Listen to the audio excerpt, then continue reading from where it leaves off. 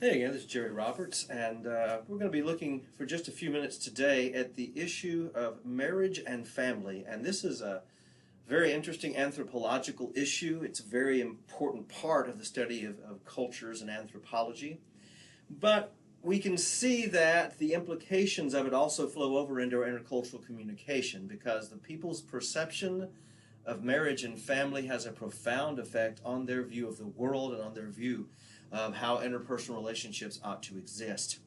Every culture has a concept of marriage and family. There is no culture that exists without some construct of that. Now, it's not always what we consider biblical ideals, but every culture has a concept of marriage and a concept of family.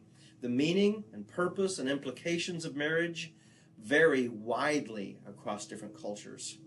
And the definition of what constitutes an average family also varies based upon culture. There's a great number of different views of what a family looks like. So first of all, we understand that there is a biological basis for family. Family does not just exist in a vacuum. It doesn't exist just because somehow in the universe there must be family. There are basically the things about being a human being that makes marriage and family necessary. First of all, human beings, by our nature, have a sexual drive, a desire to mate, a desire to have sexual fulfillment. And that desire to have sexual fulfillment and that drive to mate and to procreate is something that the cultures have had to find a way to formulate and create structures around which it can be done in a way that is not going to destroy cultures, but instead can strengthen them. And because of the sex drive, there's conception, and there's a need for establishing legitimacy. If everybody just was having children with everybody, no one would know whose child was whom or whatever else, and therefore there would not be a way for a child to be cared for and a child to have some sort of structure in which to grow up. And so there's a need for legitimacy, or some rule of what means legitimacy in the world. And one of the greatest reasons why there's a biological basis for the family is that human beings have a relatively long maturation period. You watch the nature videos sometimes, and you see a little deer be born, and after the little deer is born, an hour later it stands up and starts walking. Anybody here start walking an hour after you were born? No, you didn't. You started walking 10 months or 11 months or 9.5 or 14 months after you were born. So for that first year, somebody had to carry you places. You see other ones, again, nature videos. You see a young lion, when it's a year old, begins to go out on its hunt and begins to be able to hunt its own food. A year-old child can't even necessarily operate a spoon to get it to its mouth very well. It takes years for a human being to be able to take care of itself. So we have to have family to take care of us until we can take care of ourselves. So as you can see, there's a biological basis for why family has to be done. Marriage is a social mechanism that's used by human societies to designate or recognize legitimate sexual partners. It's one of the reasons for family. And there are many different ways that marriages happen. There's dating in the Western societies. There's arranged marriage in some of the Eastern societies. But once again, marriage is a way by which a culture can say, this person legitimately is a person with whom you could have children, because they are the right relationship to you. You ought not to be having children with that person over there because they are not your marriage partner. And so that's one of the ways that marriage can be conceptualized. Family.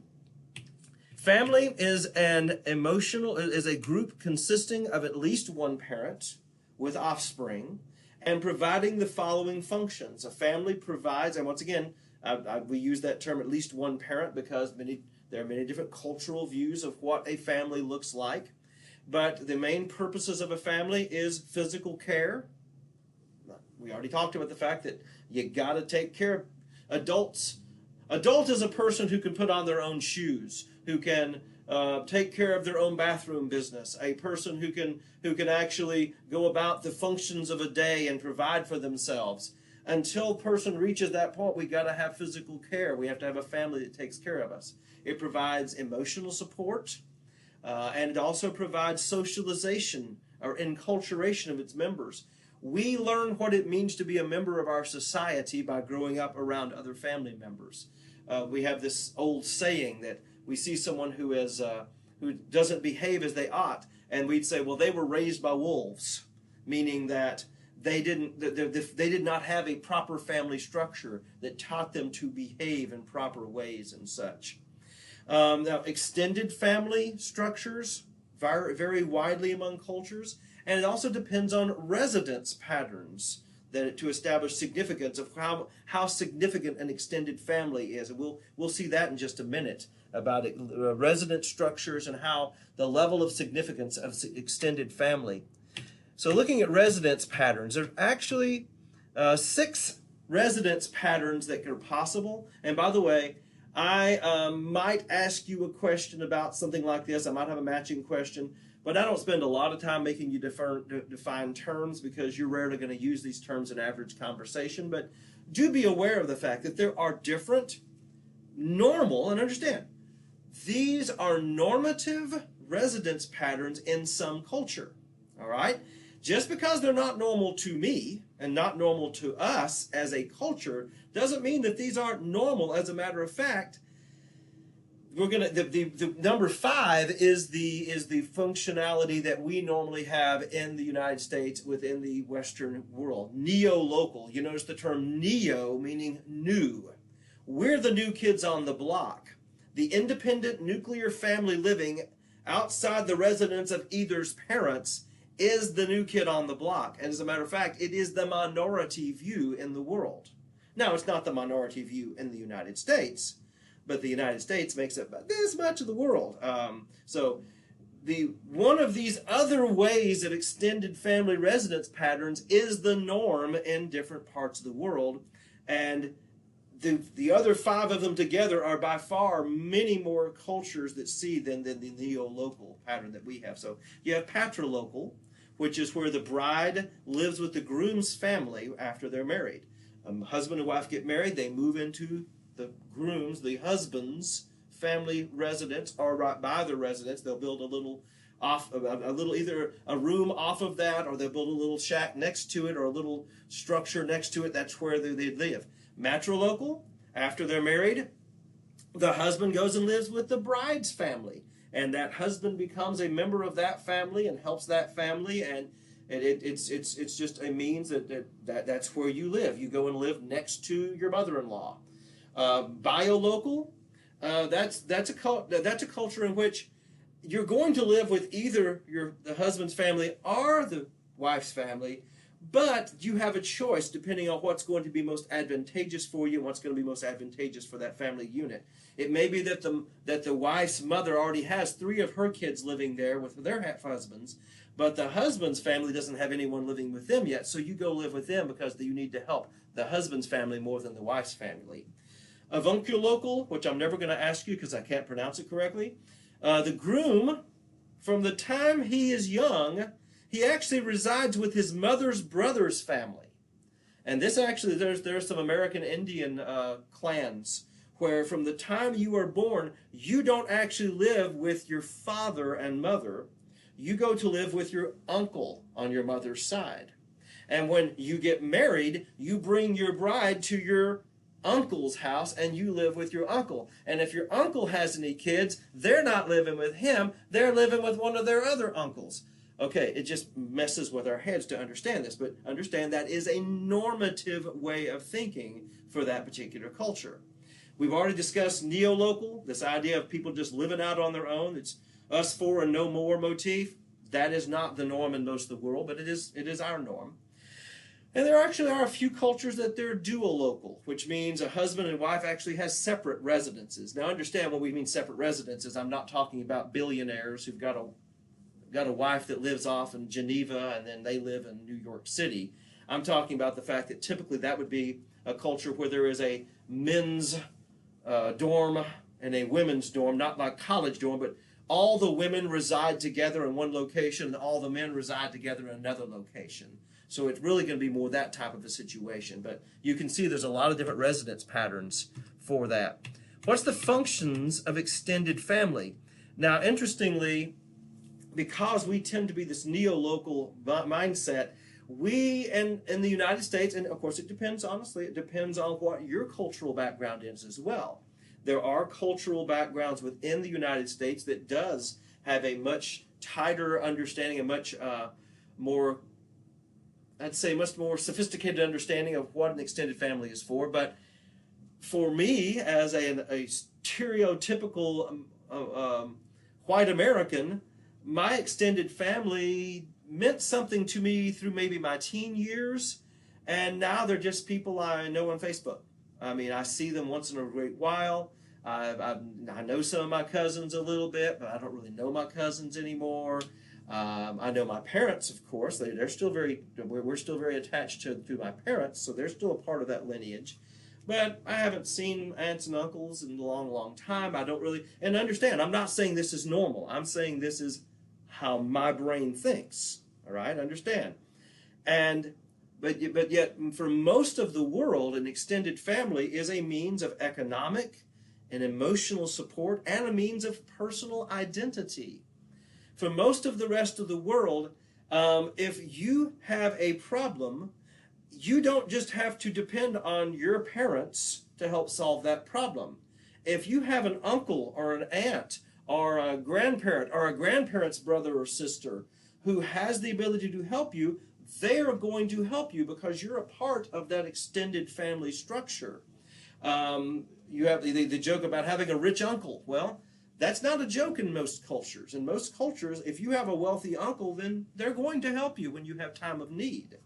Emotional support, there's a larger family structure around which there's more people you can depend on, more people you can lean on for support. It's a means of personal identity. You get to be associated with this large group of people, and if your association, because you have an uncle or an aunt or your grandfather's brother who happened to be a business owner, that puts you in the right category to be hired by this other, oh yes, I knew your grandfather's brother. He was a great man. I'm going to hire you, okay? So there are many functions of extended family. It also serves as a checks and balances on deviant behavior. People, your aunts and uncles and cousins help to make sure that you behave in ways that you're supposed to behave to properly honor the family. Now, it's interesting that in societies where extended family residence patterns are observed, there's a lower divorce rate. Now, once again, my very simplistic American brain says, if I'd have had to live with my wife's parents, we wouldn't have lasted a year. That's because we're individualists, and we tend to think that way. But in reality, when you have a patrilocal or matrilocal families, because of the fact that there's a larger extended family and you depend on each other for emotional support and stuff, the husband and wife are not so much having to be fully dependent on each other for all of their fulfillment in life, and therefore they're able to stay together with lower divorce rate. Interesting thought. Can't fix it. Our culture is what it is. I don't know that we're suddenly going to go to a patrilocal system because it doesn't even make sense to our brains, but we need to be aware that it does exist, and it's very, very functional. Marriage. Marriage is a socially recognized institution between a man and woman that is usually expected to result in procreation. I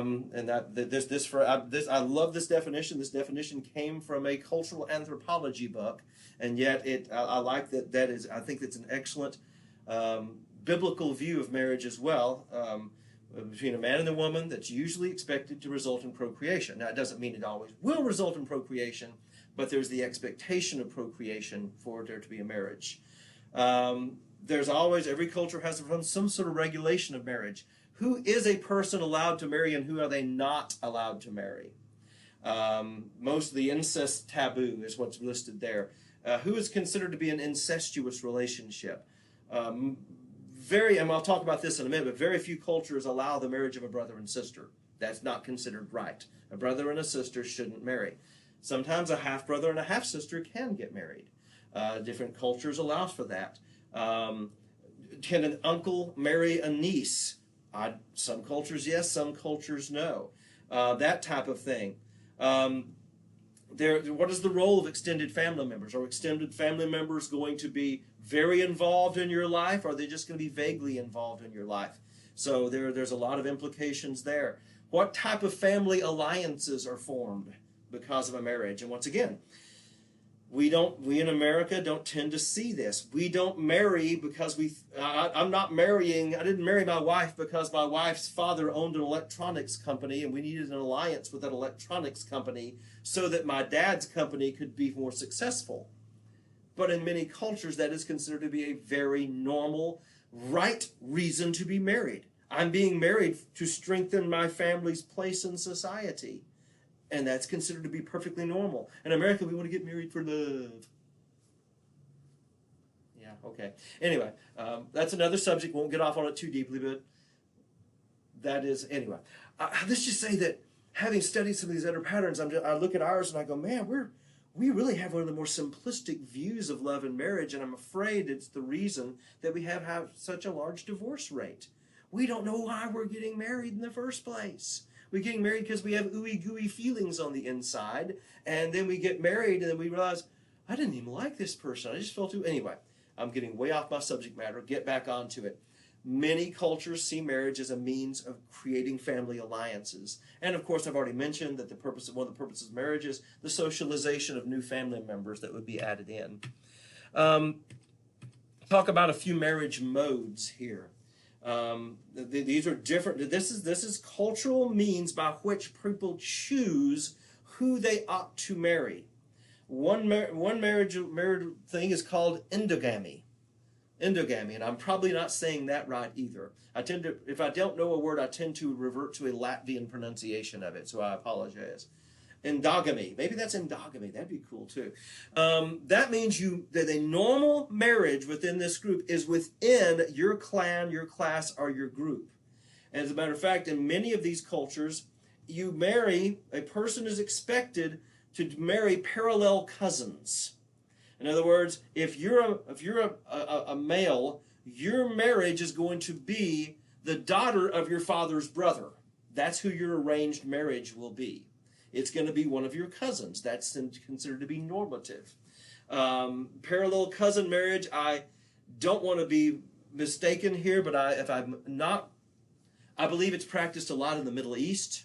The idea that you are this person and this person on this part of this chart, they are the ones who end up getting married. That's the normal thing. Exogamy, or exogamy, is marrying outside of clan or group. That might be, now once again, it's interesting. There's exogamy, which is like what we practice. We don't usually marry anybody who's part of our family. We tend to marry somebody who is outside of our family clan or structure. But there's also restricted exogamy, which is you marry your daughter's mother's brother, or your daughter of a mother's brother. There. You marry the daughter of a mother's brother, which is not part of your lineage because it's not part of your male line, it's part of the female line, but it's considered to be outside the clan. So you can see that there's all these other little rules and such. But once again, marrying outside of clan is what we consider to be normative. Now, there have been cultures that have had exceptions on the incest taboo, primarily to keep a royal lineage pure. Family members only married family members. Brother and sister, uncle and niece, that they only married within their family structure, but it was a spiritual thinking to keep a pure God. They believed themselves to be descended from the gods, and only gods could marry other gods type thing. In Egypt, the Egyptian pharaohs practiced this. It was practiced in Hawaii. It's practiced among the Incas, and so there have been some exceptions to this. And once again, some cultures consider cousin marrying normal.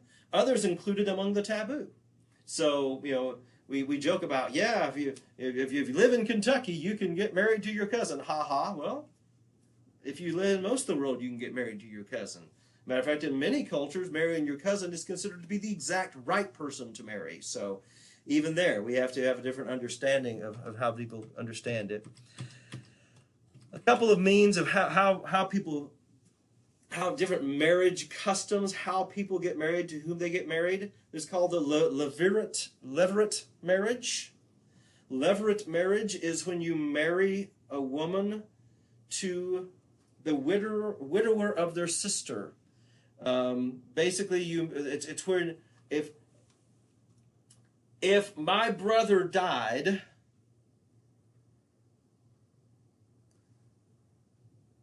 okay, let's just throw these both here together. Liverate and sororate. I'm not going to ask you this on a test because I never can keep it straight either.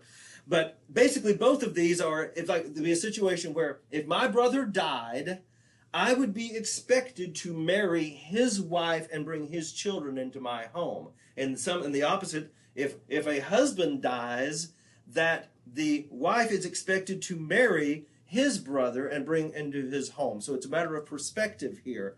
So it's kind of an interesting thing because I would never consider marrying if my brother died, I would never consider marrying his wife and bringing his children. Why would I do that? But there are cultures where that's not only it's expected and it's considered to be wrong, to be immoral if you don't do that. So just be aware that the idea, I already have a wife, but I would be expected to marry another wife and bring her kids into my home. That is the right thing to do. As a matter of fact, when the Sadducees were asking Jesus that question in the New Testament, they were asking about this levirate, sororate marriage thing where a woman marries marries and her husband dies and marries the second brother, marries the third brother, marries the first. Whose wife will that woman be in the resurrection? That was about this question, and that's because it was practiced among those people and has been practiced among the others. There are other ways. There's the idea of elopement, the idea of wife capture, which is not practiced very often, and the whole issue of divorce. Just looking real quickly here at just some of the different forms, and we're not going to have time to delve into this really deeply, but there are different forms of marriage. Polygamy, which, believe it or not, is the most normative and accepted form of marriage on the planet. Now, you have to understand this in context, because the fourth one on this list is why that is true. A person who is married to multiple spouses in their lifetime is considered to be practicing polygamy. Even if a wife dies and you take another wife, you're considered by this definition to be practicing polygamy. So a person who is in his second marriage because his first wife died is considered polygamous because they've had two marriage partners in their lifetime. A person who has been divorced and remarried is considered polygamous by this definition. And, of course, there are many places where having multiple wives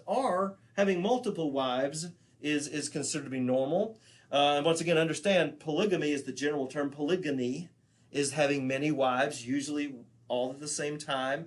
Oftentimes, the cultures that have many wives, they marry sisters. They marry one or two or maybe even three sisters. That's why it's called sororal polygyny. And there's also polyandry. Polyandry is actually the practice of one wife having multiple husbands. That is very uncommon. As a matter of fact, there's a video I can send you the link for it if you wanted to see it, that talks about there's only one society high up in the mountains in the far, far east. There's only one small society that's still practicing polyandry, because that's the least common form of marriage.